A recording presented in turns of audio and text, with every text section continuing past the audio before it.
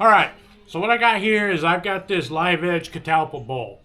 Not catalpa, looks similar to catalpa, sassafras. I turned this a couple months ago and it's just been kicking around the shop because I haven't really set up a reversing system on my new lathe. I haven't made a jam chuck, a friction chuck, or a vacuum chuck setup. So I just set up my vacuum chuck and it's time to test it out and reverse this bowl and finally finish this thing. First time I turned sassafras, pretty good size. It came out good. I got sloppy on the sanding and I muffed a couple of pieces of the bark. So we're going to show you a quick fix for that too. Stick around, watch the video. We're actually going to put in the turning footage.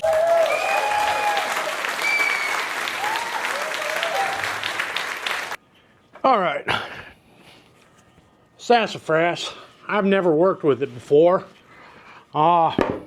Let's go live edge. Well, I don't know if you all have seen this before. I don't see many turners on YouTube using it, and I really don't know why, because it's quite the useful piece of kit. I can't remember its official name, but this is, maybe it's on here. Okay, there's a one-way big bite, right? So this just fits in here, and it's like a two-pronged drive spur. It's great for really uneven stuff. It just fits in your jaws. Even if you had like a 4-inch set on there, it'd fit in there no problem. So I want it right there.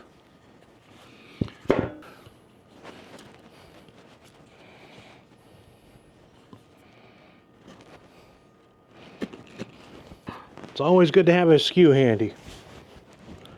You'll never know when you need to properly use it as a chisel.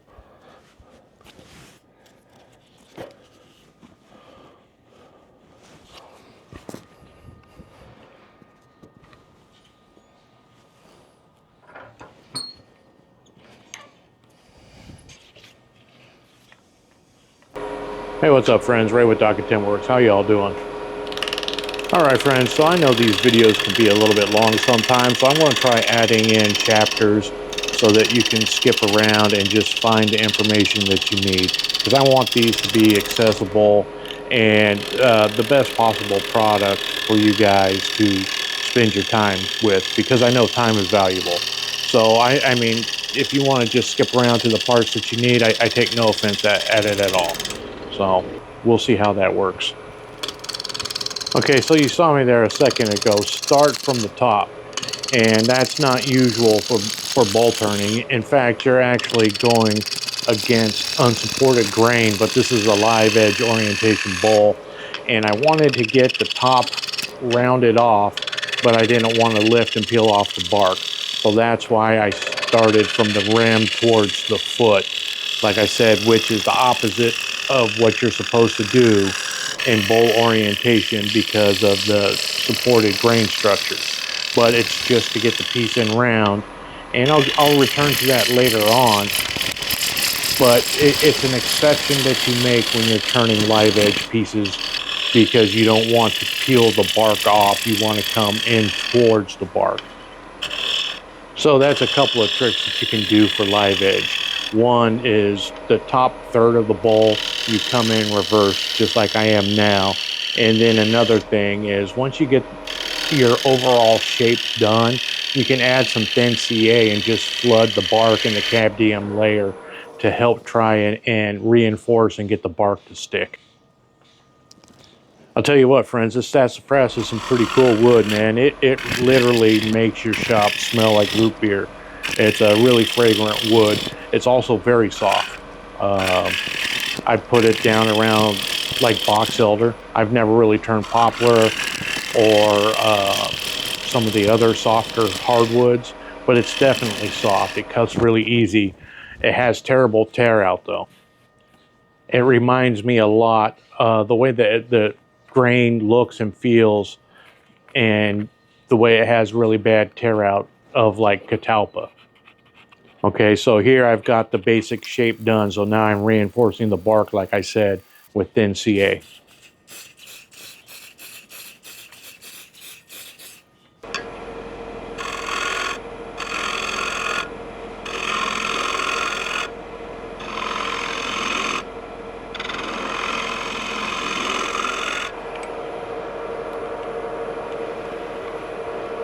You see me pull down that visor real quick, that face shield? Yeah, I've actually launched those calipers out of my hands from digging in the right side of the dividers rather than the left side, and it will rip it out of your hand instantly.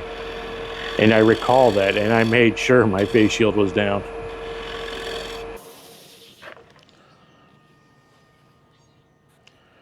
There's some tear out.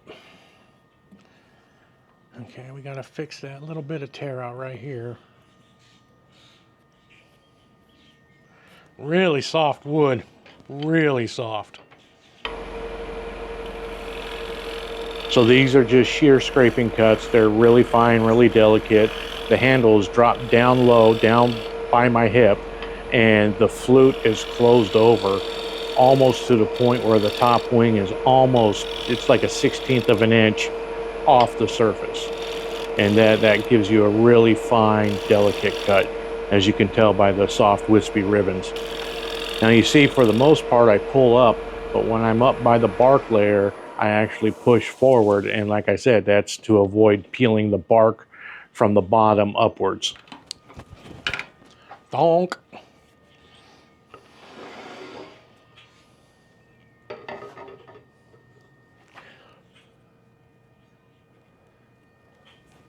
Well, if it wants to cooperate, I'm not going to argue with it. Oftentimes, if I have the option, or if I remember, I will test fit my chuck before I remove the piece from the drive in case the tenon fitting is off. Like I don't have a perfectly flat shoulder and it's uneven. It's far better to take that extra step than to have a improperly formed tenon. So that's what the drive looks like.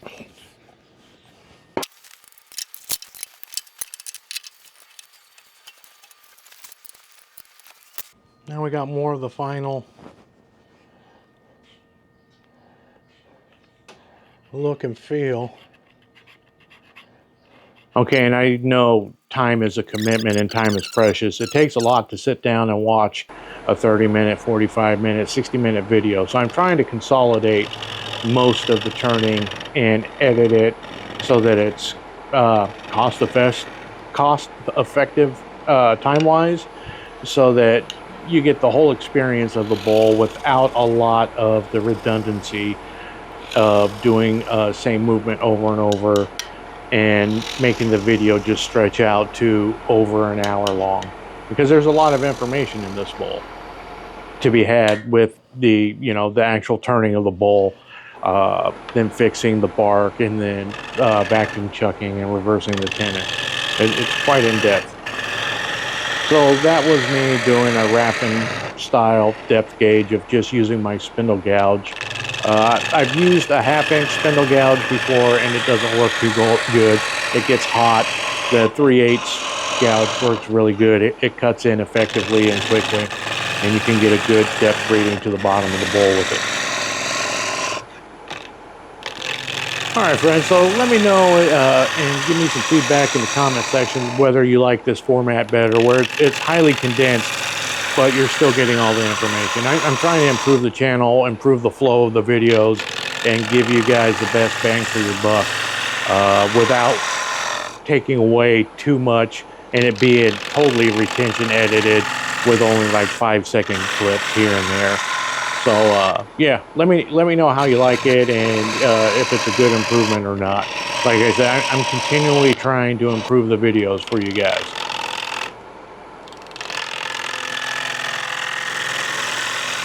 And so what I'm doing here is I'm playing with the idea of keeping some of the mass in the center of the bowl while I work out towards the edge to kind of have a vibration dampening effect. But like I said, keeping mass towards the center of the bowl instead of hogging it all out from the middle towards the rim like I do with a lot of bowls. Because like I said, the whole idea with the live edge bowl is to keep the bark attached. Otherwise, you're working with a natural edge. And it's kind of a bummer if you spend, 3/4 of the bowl purposefully trying to keep it on and then you knock it off right at the end.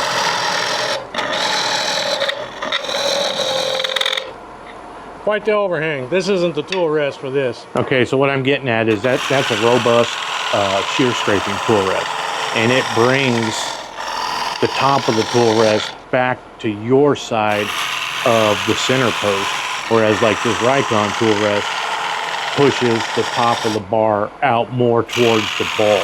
So I was getting a lot of chatter from the overhang of the bowl.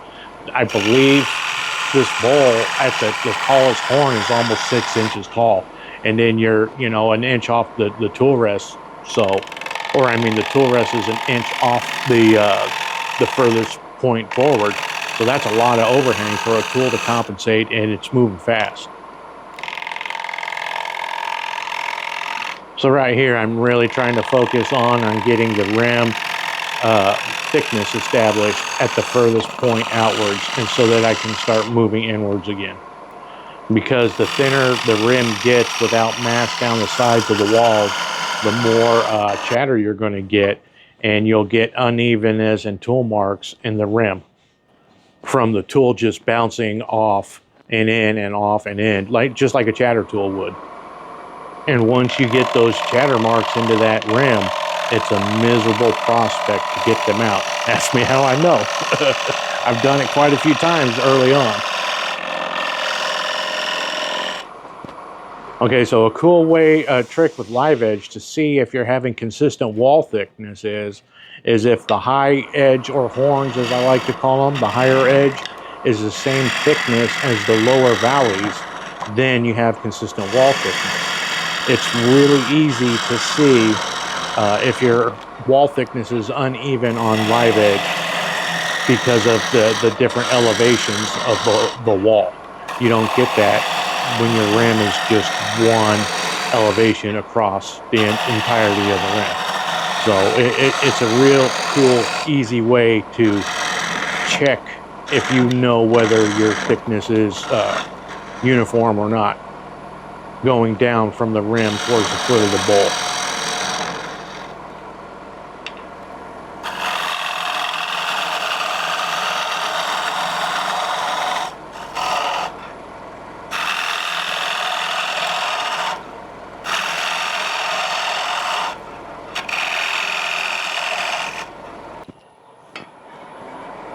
So from time to time, when I want to get the bottom of the bowl cooking out, I move over to my bottom feeding bowl gouge, or, you know, across the seas they call it a traditional grind. That's how bowl gouges used to be sharpened. So it's really good for cutting into the end grain, which the bottom of the bowl is full of end grain.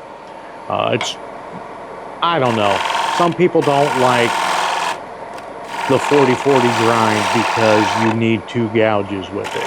They would just rather have a 55 sweatback or a 60 Ellsworth and be done with it and just use 1 gouge. But I've grown accustomed to liking this bottom feeding gouge and the sharp angle of the 40-40, so I don't mind switching between the 2 gouges. I've gotten comfortable with both of them. An added benefit for getting good with that traditional grind is it's really good for walking across platter surfaces or getting a nice clean cut on the outside of a bowl once you become familiar and comfortable with it. Which I never said I'm an expert with. I have to clean up the transition and some of the tool marks with a negative rake scraper. Sometimes it's just the easiest way, instead of digging yourself a hole with a gouge, is to take off fine shavings and get rid of the tool marks or the possible transition with that negative rake. There's no shame in using a scraper. I love scrapers. I use them all the time. So this wood was really wet, and I didn't want to deal with, you know, gumming up the sandpaper, so I just wet sand with walnut oil. I put a bunch of walnut oil on the surface, and I lubricate the sanding pad. And then also with the live edge, you have to focus sand the tear out that you normally get on the high horns where the end grain is. You cut a lot of air, then wood, then air, then wood, and you get tear out that you wouldn't normally get on a standard bowl. So I find it easiest to just focus the end grain and focus sand it, and then blend everything together in a more uniform standard sanding. But you got to be real careful using power sanding on the outside or the inside of that bowl getting out towards the bark, or you will knock chunks of it off. All right, so we're going to put this guy up in this chuck. We're just going to use the old tenon. It's good enough for what we need out of it. All right, and now you can see this orangeness right here, and we are just going to do a quick little camouflage job on it.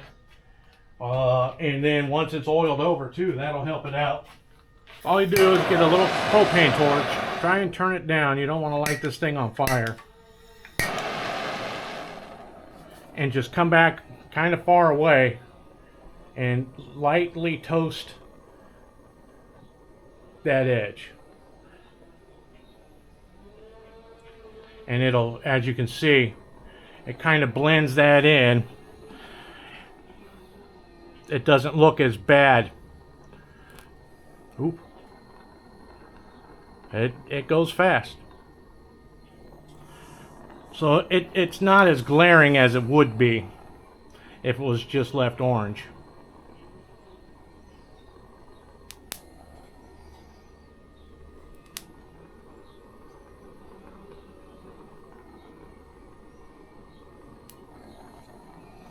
I had another guy right here. Odd angle.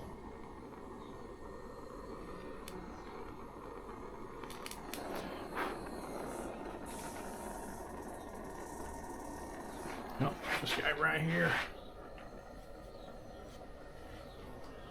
Okay, that was a quick little touch-up. Now I've never even heard of this company before, this Best Wood Tools, but they make some custom tools that are really useful.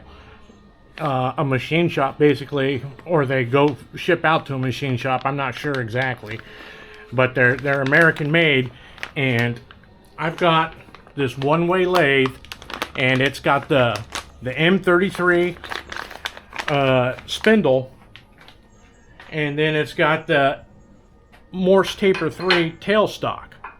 So it's kind of, I'm constantly having to use adapters for a lot of my stuff, and I don't like using adapters.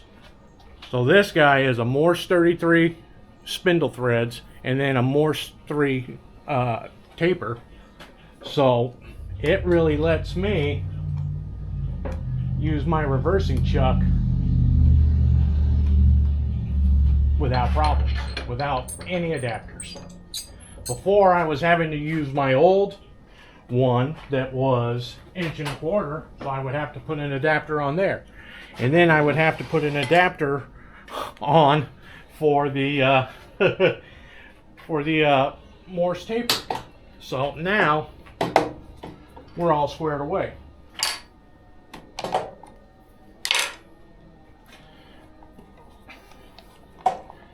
So we'll just simply take this guy off.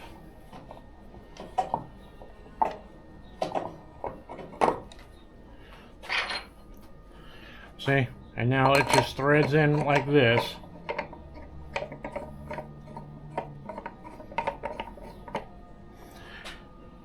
Goes in to your tailstock, and now we can use that to align the vacuum chuck. I'll just blow this guy off.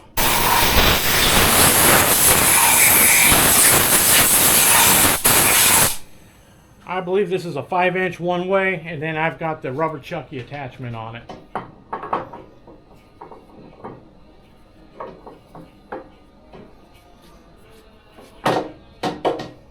All right. We'll fire up the vacuum pump.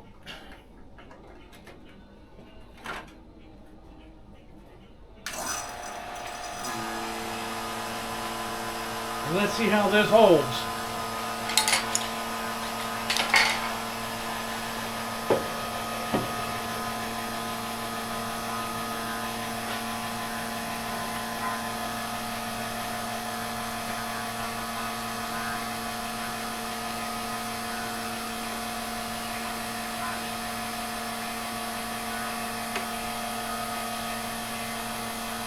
I don't think we're holding very well.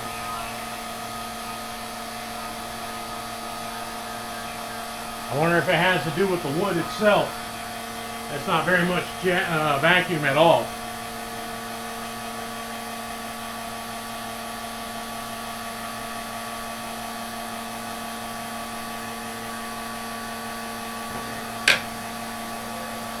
Yeah, it slides right on off. I wonder if we have a different story here.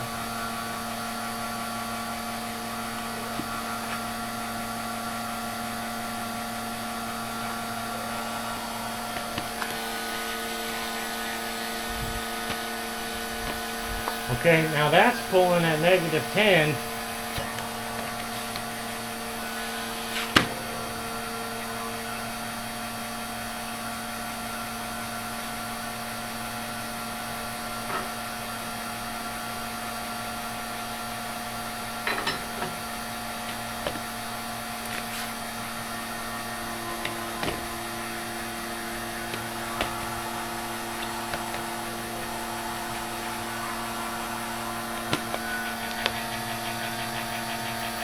That's pulling a lot better. Huh.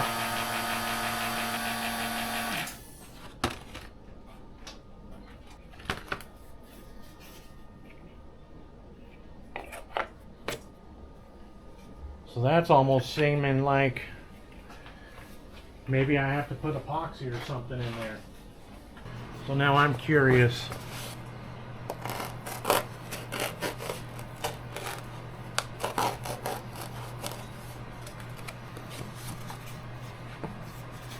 How this foam does.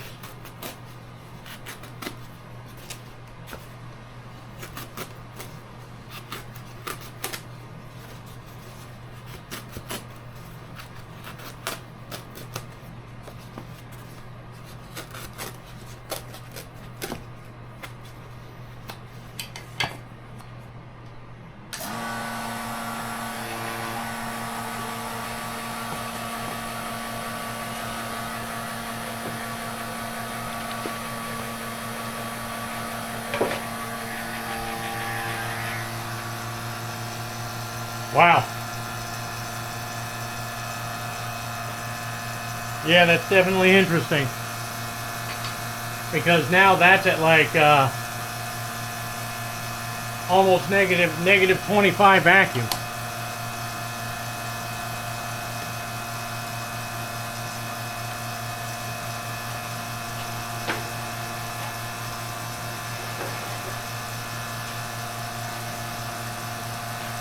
See how that's just hanging up there like that?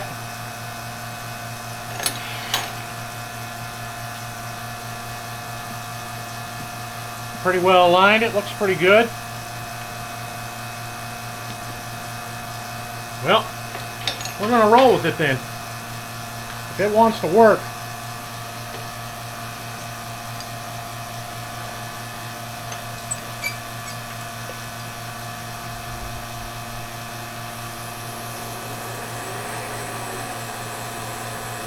We're on the high-speed range, but that's 800 RPMs right there. And maybe take it down to 700, 800. Yeah.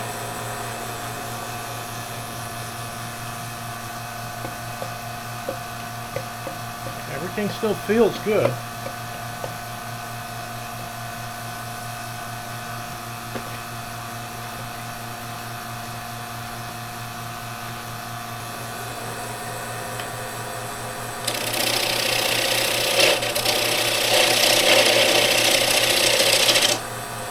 Wow, it still smells like sassafras.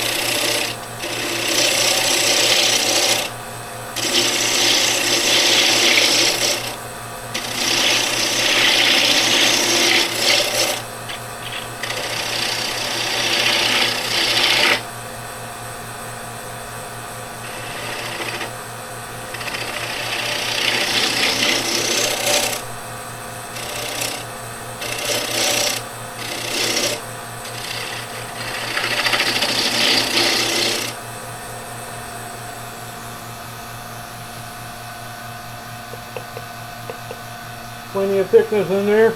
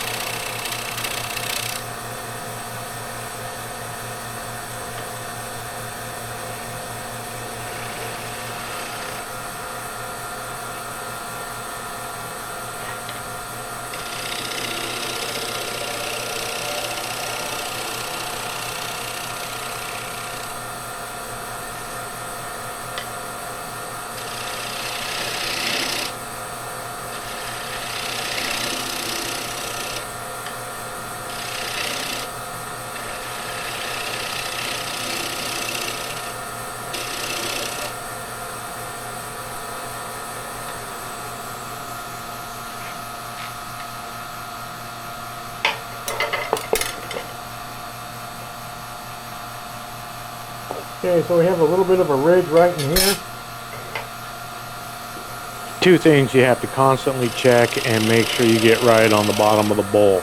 That's an inwards taper, that the bottom, the center is concave and not convex, and that you maintain enough thickness and don't go through the bottom.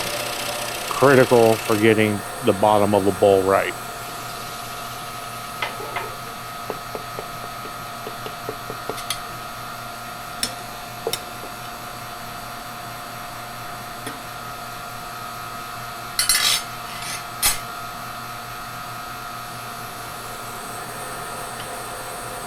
And constantly keeping your eye on that vacuum gauge and making sure that you're not losing vacuum. Moving forward, I'm going to move that closer and keeping the controls within hand's reach and the gauge within really close sight distance.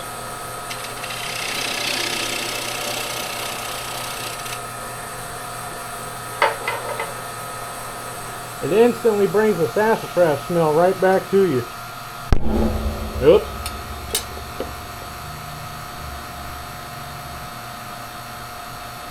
Okay.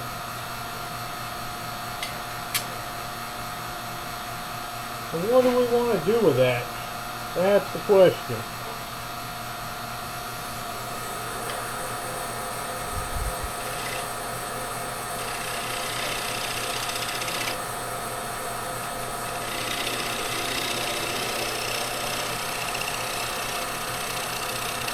Now you can only do so much with the tailstock engaged. And so, you know, sometimes you got to take that leap of faith and pull that tailstock away to remove that stupid little nub there in the middle. That, or I guess you could just, you know, turn it off, unhook everything, and finish it off with a little multi-tool and a bunch of hand sanding. But what fun is that? Yep, still have plenty of vacuum.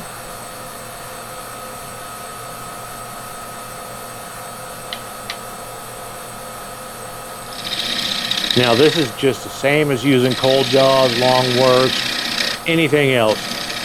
This nub, you don't want to take side cuts into it and put side force and lever that bowl off your fixture.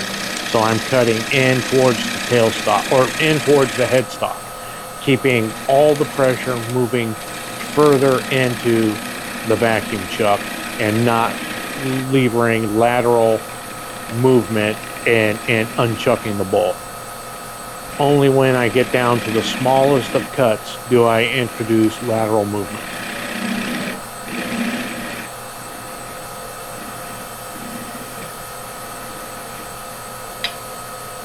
Again, ask me how I know these things. I don't just make this stuff up.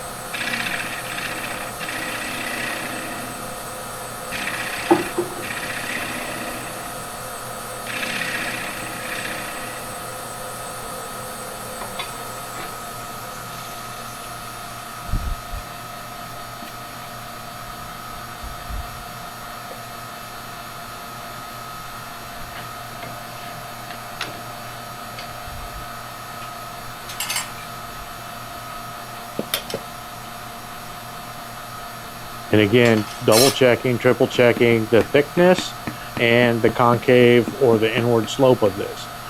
If that's paper thin, you don't want to go adding decorations in there. I have plenty of material, so I'm going to add decoration.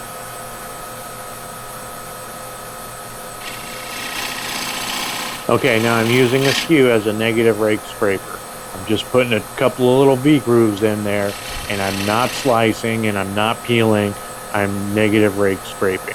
Negative rake scraping is the only time you can use a skew on cross grain or bowl grain orientation. Otherwise, you will get a catch, and it will probably be a catastrophic catch. It's like jamming an axe into the end of a log.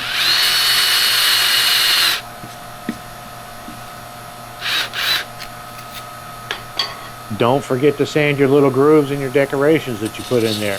If you just leave those raw like that, you can just see tons of tear out in there. And here's another little hack. That's a little $5 gummy eraser sanding bar that you can get from Harbor Freight. and that will infinitely, you know, extend the life of your expensive sandpaper. You know, sandpaper is one of those things that's a consumable, and we go through tons of it in what we do, and that gummy bar will help prolong the use of your sandpaper. So I guess this is where you need it kind of by you, so you can operate the bleed off and hold on to the bolt.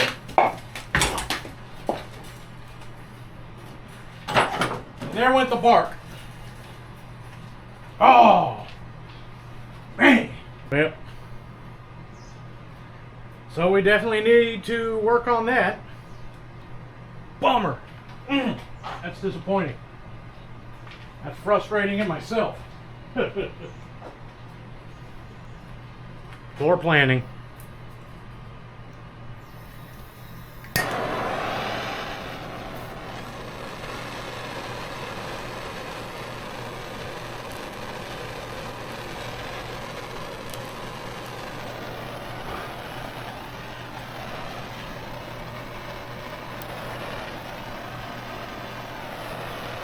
Oh well. So I need, the vacuum chuck works fine. It works fine. The system works great. But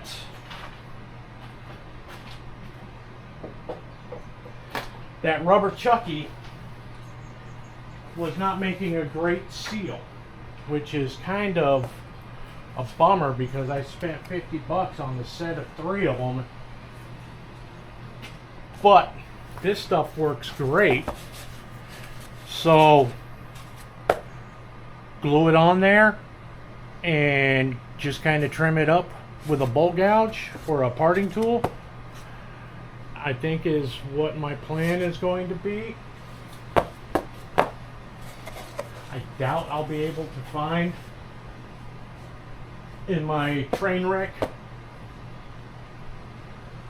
the cap that goes to it that you cramp down on it with your tailstock. So I'll just glue it on there, put a board on there, part off the excess or hit it with a skew or something, and then we'll use this.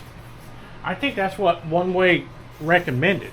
I think they said they just packed theirs as a temporary thing, but closed cell foam works better, and it had an amazing hold until I unplugged it and dropped my bowl and broke the bark off. Well, I still have the bark. I guess I could super glue it back on. All right, friends, thanks for watching, and if you enjoyed this or got anything out of it, please like, hit the subscribe button, share the content, leave a comment. All that good stuff helps the algorithm push my videos out there to y'all and whoever else wants to see it. So I really appreciate you guys' support and help in pushing out the content. Thanks, friends. This press bark is real flimsy as it is. I really do not know about gluing this on. All right, here's a little bit of still gallery of the finished piece once I put some Osmo Polyox hard wax oil on it. So we'll catch you next week, friends.